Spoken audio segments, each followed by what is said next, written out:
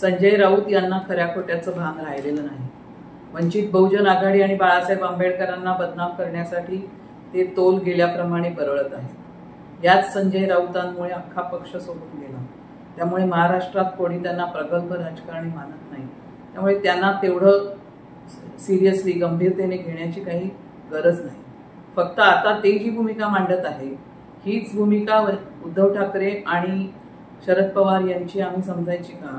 महाविकास आघाडीची हीच अधिकृत भूमिका आहे असं आम्ही म्हणायचं का? ज्या वंचित बहुजन आघाडीला यांनी सुरुवातीला बैठकीला बोलण्याचंही टाळत होते त्यांना आम्ही 7 जागा देऊ केल्या अशी लोणकडी थाप संजय राऊतांनी मांडलेली आहे। गोबेल्स तंत्राने एकच गोष्ट वारंवार सांगितल्याने खरी ठरत नाही।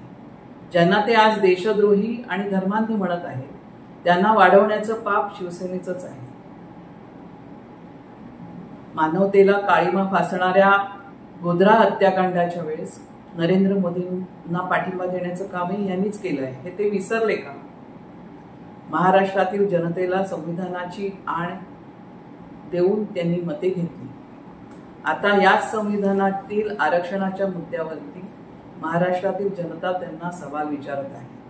ओबीसीचं आरक्षण धोक्यात आलेलं असताना शिवसेना भूमिका स्पष्ट का करत नाही?